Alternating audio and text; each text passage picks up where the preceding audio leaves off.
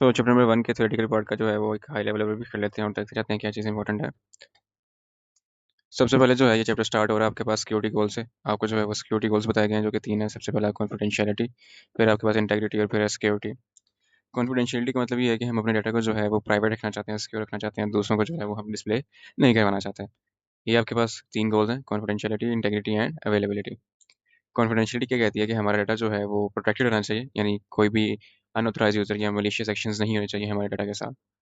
फिर आपके पास इंटेग्रिटी आती है, यानी आपका जो डाटा है वो कंटिन्यूअसली चेंज होता रहना चाहिए और जो चेंजेस हैं वो सिर्फ और सिर्फ ऑथराइज पर्सन करें, उसके अलावा कोई भी ना कर सके, या फिर वो ऑथराइज मैकेनिज्म के थ्रू अपडेट हो, अदरवाइज वैसे वो अपडेट ना हो। फॉर एग्जांपल अगर आपका बैंक अकाउंट है तो वो जो है उसमें जितने भी चेंजेस होंगे वो सिर्फ आप ही कर सकते हो, कोई और ना कर सके।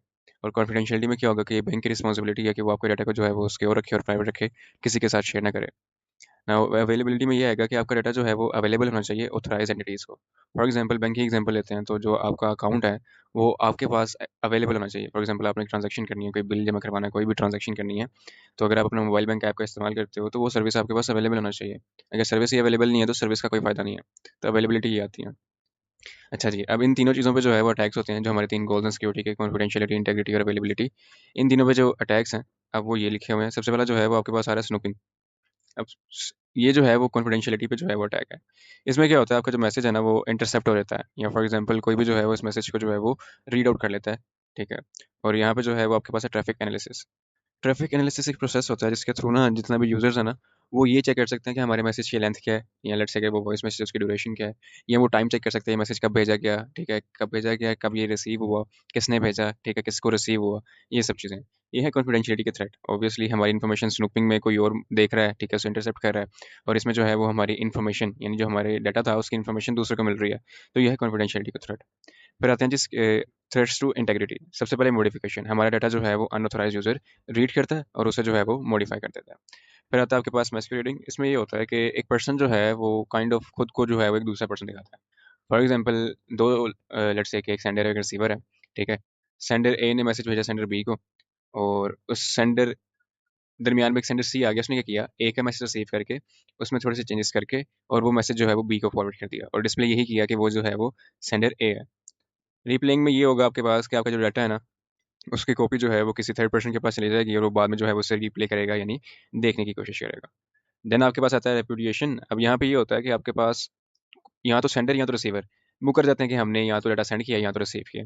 डिफरेंट केसेस होते हैं। एक लेट्स से कि सेंडर ने जो है वो कोई मलिशियस डाटा भेजा, कोई वायरस भेज दिया आपके कंप्यूटर में, और बाद में वो मुकर गया जी मैंने तो भेजा ही नहीं है। फिर है जी थ्रेट टू अवेलेबिलिटी। ये मोस्ट कॉमन अटैक है, डीओएस अटैक जिसे हम कहते हैं, डिनाइल ऑफ सर्विस। इसमें आपकी सर्विस जो है वो डिनाई हो जाती है। इसके पास एग्जांपल ये है कि लेट्स से कि आपकी वेबसाइट है और उस पे जो है वो मैं thousands of millions of request भेज देता हूँ जो कि कंप्यूटर बोर्ड्स हैं। तो आपका सर्वर जो है वो ओवरलोड हो जाएगा और जो आपके एक्चुअल यूजर्स हैं उनको आपकी वेबसाइट मिल नहीं सकेगी। तो ये डिनाइल ऑफ सर्विस है। ये वही डेफिनेशन आ गई है स्नूपिंग की, अनऑथराइज एक्सेस है ये। ट्रैफिक एनालिसिस जो है वो आपके पास वही मॉनिटरिंग ऑनलाइन ट्रैफिक है, यानी इसमें आपके डाटा की सारी इन्फॉर्मेशन आती है। मॉडिफिकेशन में डाटा आपका जो है वो इंटरसेप्ट हो जाता है, चेंज हो जाता है। मैस्कुलेडिंग में जो है, या इसको स्पूफिंग भी कहते हैं, कोई भी पर्सन जो है वो खुद को इम्पर्सोनेट कर लेता है कि मैं जी फलाना बंदा हूँ। देन रीप्लेइंग में आपका डाटा कॉपी होता है और उसे जो है वो बाद में रिप्ले करके देखा जाता है। रेपुडिएशन में या तो सेंडर मुकर जाता है या फिर रिसीवर मुकर जाता है जी। डीओएस में आपकी सर्विस जो है वो आती नहीं है, उसको इंटरप्ट कर दिया जाता है ताकि वो आपके एक्चुअल रिसीवर तक पहुंचे ही ना। अच्छा जी, इनकी कैटेगराइजेशन है, एक है पैसिव अटैक और एक एक्टिव अटैक। अगर आप देखो तो स्नूपिंग और ट्रैफिक एनालिसिस, इसमें डाटा सिर्फ और सिर्फ रीड आउट हो रहा है, यानी इंटरसेप्ट हो रहा है, और इसमें उसकी इन्फॉर्मेशन रीड हो रही है। तो ये एक पैसिव अटैक है। एक्चुअल में जो डाटा में चेंजेस होते हैं ना वो इन अटैक्स में होते हैं। इसमें तो खैर लास्ट वाले में डाटा रिसीव ही नहीं होता, और इनमें जो होता है डाटा रिसीव होता है लेकिन वो डिफरेंट चेंजेस के साथ होता है। तो ये जो है वो आपके पास एक्टिव अटैक है। सिर्फ कॉन्फिडेंशियलिटी वाले जो है वो पैसिव हैं, बाकी सारे एक्टिव हैं। अच्छा जी, अब आपके पास सर्विसेज और मैकेनिज्म्स हैं। सर्विसेज क्या हैं जी? डाटा कॉन्फिडेंशियलिटी कोई भी नहीं है खैर। डाटा इंटीग्रिटी की है, anti change, anti replay, authentication पे peer entity, non repudiation, access control. आगे इनके जो है वो एक टेबल आएगा उसमें देखते हैं। मैकेनिज्म जो है उसमें एनसाइफरमेंट है, डाटा इंटीग्रिटी है, डिजिटल सिग्नेचर है, authentication, exchange, traffic padding, routing control, notarization and access control. इन सब का भी जो है वो मैं आगे एक टेबल है, जो कि ये टेबल है जो कि इंपॉर्टेंट है, डिफरेंस इन ये जो है टेबल दोनों का। सबसे पहले जी डाटा कॉन्फिडेंशियलिटी एक सर्विस है। इसके सिक्योरिटी मैकेनिज्म क्या है, एनसाइफरमेंट, ये है हमारी इंक्रिप्शन। फिर है जी राउटिंग राउटिंग कंट्रोल। अब लेट्स से कि आपके पास जो है वो आपका एक सेंडर है, एक रिसीवर है, ठीक है, और दरमियान में जो है वो आपके पास एक राउटर है। अब ये राउटर से जो था डाटा सेंड हो रहा था रिसीवर को। अब समटाइम्स अगर आपको लगता है कि लेट्स से कि ये राउटर सिक्योर नहीं है, ठीक है, या लेट्स से कि आपका ये पाथ सिक्योर नहीं है, तो आप जो है वो अपने पाथ को चेंज कर देते हो, ठीक है। तो इसे हम क्या कहते हैं, ये है राउटिंग कंट्रोल। डाटा इंटेग्रिटी में भी आपके पास एनसाइफरमेंट आती है यानी इंक्रिप्शन। डिजिटल सिग्नेचर्स ये प्रूफ ऑफ ऑथेंटिकेशन होता है या प्रूफ ऑफ ऑथराइजेशन होता है। कलर से ही किसी भी जो है ना वो एक ऑथराइज पर्सन ने जो है वो हमें मैसेज भेजा है, ये एक डिजिटल सिग्नेचर होता है। डाटा इंटेग्रिटी ये रिप्रेजेंट करती है कि आपका डाटा जो है वो ऑथराइज पर्सन ने चेंज किया है। ऑथेंटिकेशन में भी आपके पास इंक्रिप्शन एनसाइफरमेंट इंक्रिप्शन ही होती है। डिजिटल सिग्नेचर ऑथेंटिकेशन एक्सचेंज, इसमें जो है वो क्रेडेंशियल्स नहीं है लेकिन एक प्रूफ ऑफ ऑथेंटिकेशन एक्सचेंज होता है सेंडर और रिसीवर के दरमियान में, ताकि ये पता चले कि वाकई में इन्फॉर्मेशन चेंज हुई है। देन आपके पास आता है जी नॉन रेपुडिएशन, इसमें भी डिजिटल सिग्नेचर जाएगा, डाटा इंटेग्रिटी जाएगी और नोटराइजेशन जाएगा। नोटराइजेशन में ये होता है कि जो आपका डाटा है ना वो एक थर्ड पार्टी प्रोटोकॉल होता है। अब वो क्या करते हैं, ट्रस्टेड थर्ड पार्टी होती है, वो सिग्नेचर सेव कर लेते हैं कि आपने टाइम स्टैम्प सेव कर लेते हैं कि आपने इस टाइम ये मैसेज भेजा था, ताकि कोई मुकर ना सके जी हमने तो मैसेज भेजा ही नहीं। फिर है जी आपके पास access control. Access control mechanism में यही है कि डाटा जो है वो सिर्फ और सिर्फ ऑथराइज पर्सन को शेयर हो।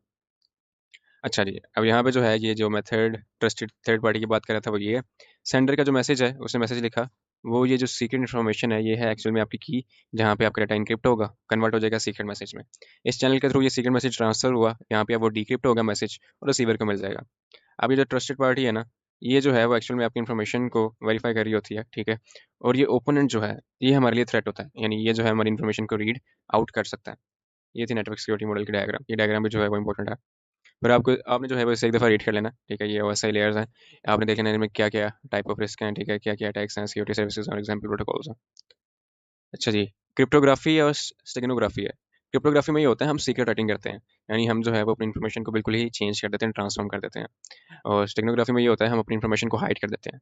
फॉर एग्जांपल मैंने जो है वो कोई चीज़ भेजनी थी, तो इंस्टेड ऑफ मैं वो मेल डायरेक्ट भेज दूँ, लेट्स से मैंने ये इन्फॉर्मेशन भेजनी थी, इसको मैं डायरेक्ट भेजने के बजाय मैं क्या करूँ, इसे एक बॉक्स में जो है वो पैक कर दूँ, ठीक है।